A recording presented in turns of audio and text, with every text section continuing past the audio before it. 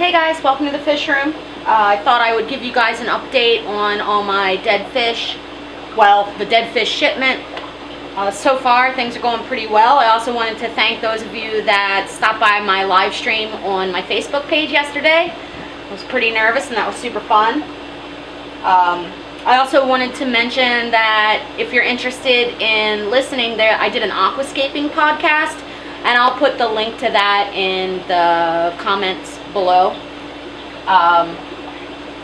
So it's now 3 days after I got all these fish in, and what could have been disaster so far isn't looking too bad, and I think it really sort of reinforces my opinion that clean water is really the best course of action for stressed fish. I'm gonna start doing some water changes, and I'll just talk to you guys while I'm doing them. So I think a lot of people, professionals and hobbyists, would have been super tempted to throw a bunch of medication at all these fish to sort of prevent what they were worried about. But it's always been my opinion that the best thing that you can do for fish to boost their immunity is just provide them exceptional water quality and really good food. And that will help you avert a lot of crises by boosting the fish's natural immunity as high as you can. And it really seems to have been working with these guys, because cross your fingers and knock on wood, so far I haven't lost any of the Microdevario kubotai, these little neon green rasboras. And I've only lost a couple of the Dario hysginon or flame bodice. And I'll show you an update on the Borneo suckers and the mystery fish, as well as revealing what they are in just a moment. You know, this could have been absolutely disastrous. I could have lost everything. And it wouldn't have been at all shocking for that to happen.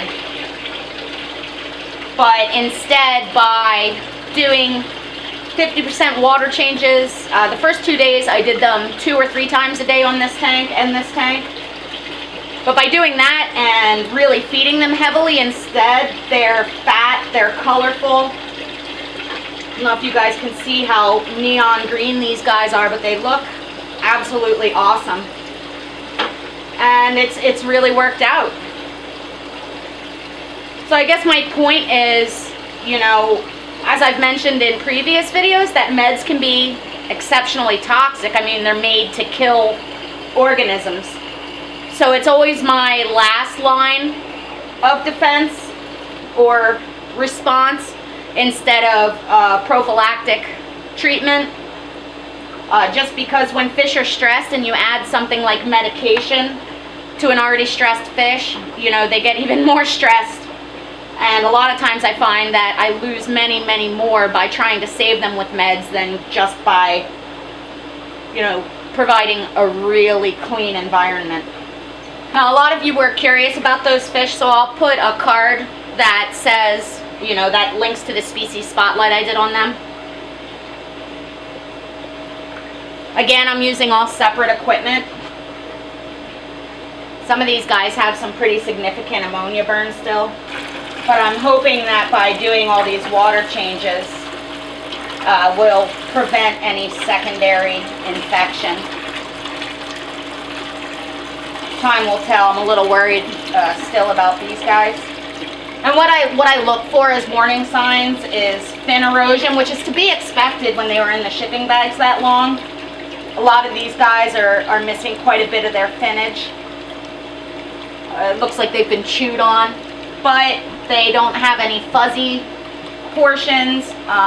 Some of them that had the most severe ammonia burn, the actual rays, the bones in their fins have been compromised, and those aren't looking super awesome. I may end up having to treat this tank a little bit, and if I do, I'll tell you guys what I decide to do. But for now, I'm just going to add in more water changes. Now, I'm not saying that there isn't times that you need to medicate. That would be stupid. But I think a lot of times people are very prone to jumping to medication.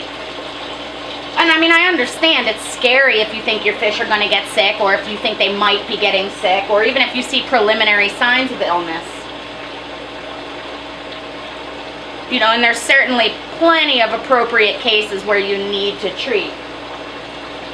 But especially for things like fin rot or fin damage or erosion of fins, you know, most of that is caused by water quality, in this case from the shipping water, and it can be totally reversed with good, clean water. So that's what I'm doing with these guys. And we'll see if it works. I'm hopeful. I am going out of town this weekend, so I'm a little nervous about being gone for 2 days.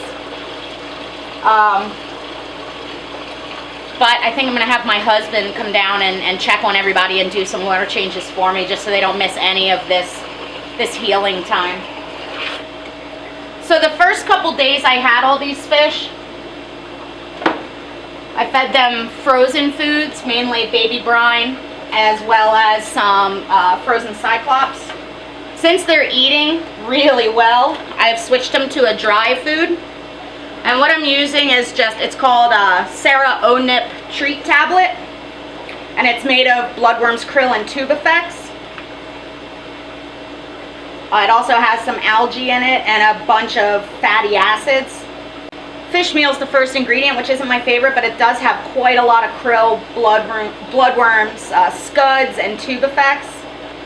So it seems to be pretty okay. And it's a tablet, and I break it off so I'm not overfeeding. And then I stick it to the glass.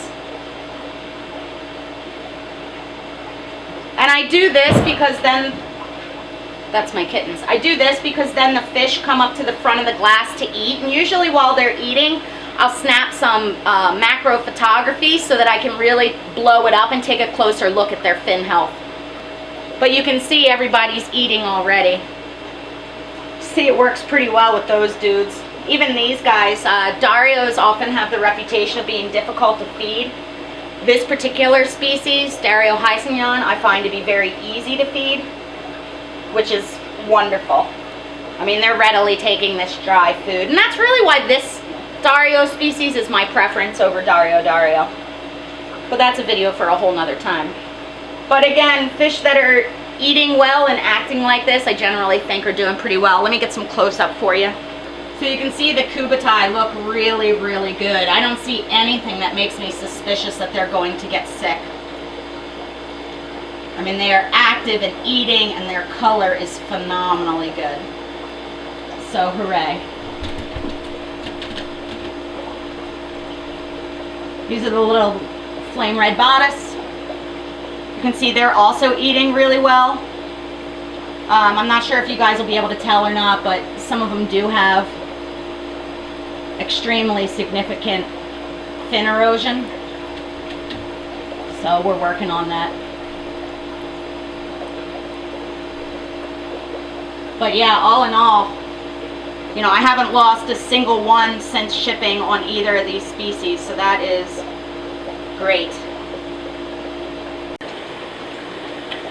So as you guys know, these were the fish that I was most worried about because the Borneo suckers had obvious hemorrhaging. And this actually was the fish that I was most worried about. Let me get some close-up for you guys. So this fish was absolutely purple with bright blood red spots everywhere. This is the one that I had isolated in the Tuesday video that I showed you that I was really worried about. And as you can see, it's healing. And this is without any medication. Again, this is just clean water. This tank, I've been doing 3 or 4 80% water changes every day. And what's resulting is all that, you know, hemorrhaging, all of that stress and trauma is healing up on its own. And I'm really, really happy to report that I have not lost a single one of these fish or those bonus mystery fish in the background.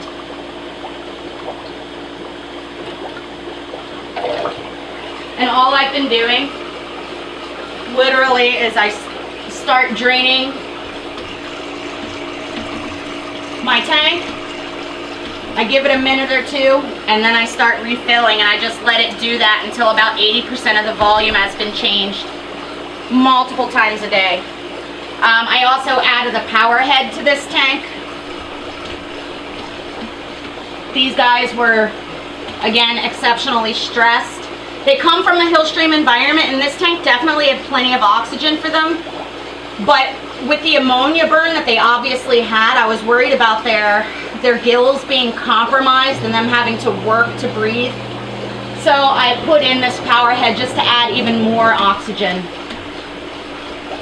Now the mystery fish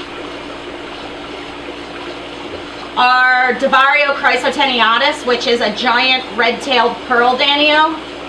They're still settling in. You can see how active they are. I really wish I had I wish I had a 6-foot tank for them. You can see how tightly they school. They're really pretty impressive and very beautiful. Not quite sure what I'll do with them long term, and normally I would never combine species in a quarantine, but all I had available besides, all I had available with not expecting those fish was a 10-gallon tank, and they are 3 inches plus, and I was very concerned about keeping such boisterous, active, large fish in a small aquarium. I really thought I was going to be completely unable to manage their ammonia production. You know, I don't have a constant drip system set up. So I added them with the Borneo suckers just because I knew that this tank was going to be getting lots and lots of TLC.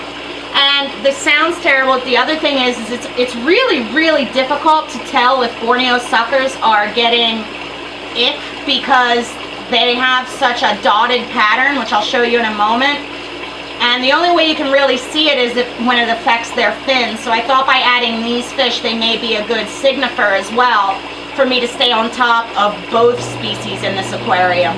But you can see how everyone's just hanging out by that power head.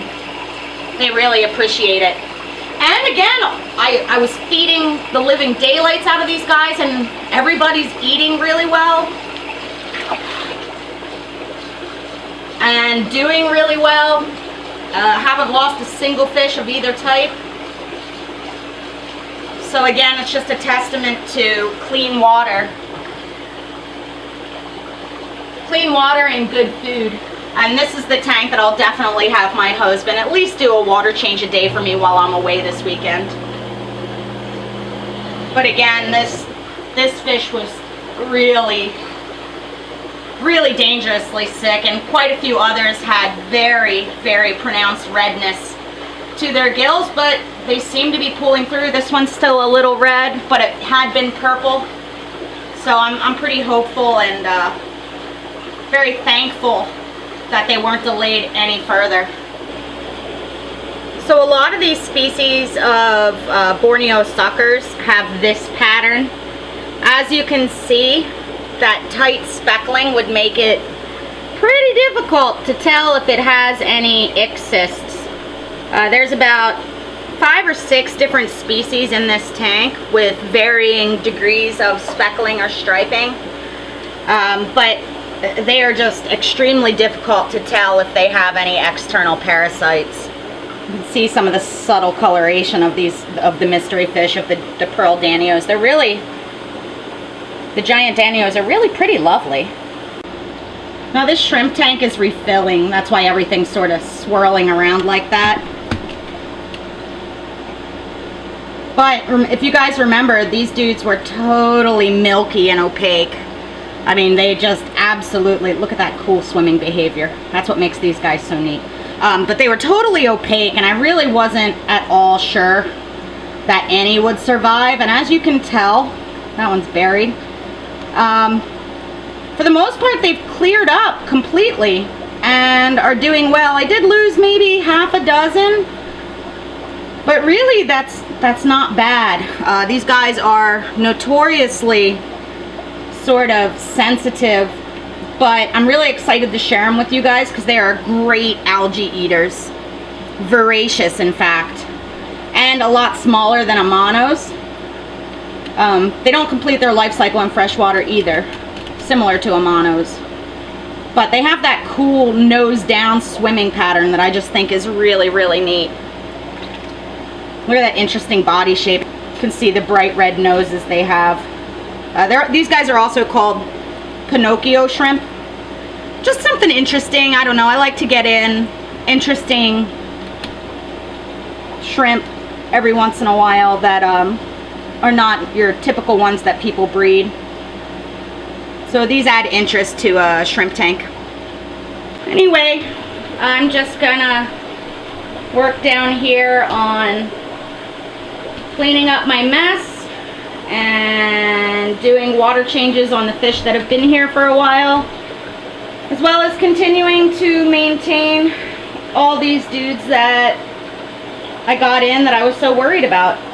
But all in all, they're doing awesome. Make sure you guys subscribe and hit the notification button so you don't miss any of my future videos. And make sure you follow me on my Facebook business page so that if I go live again, you don't miss any of the action.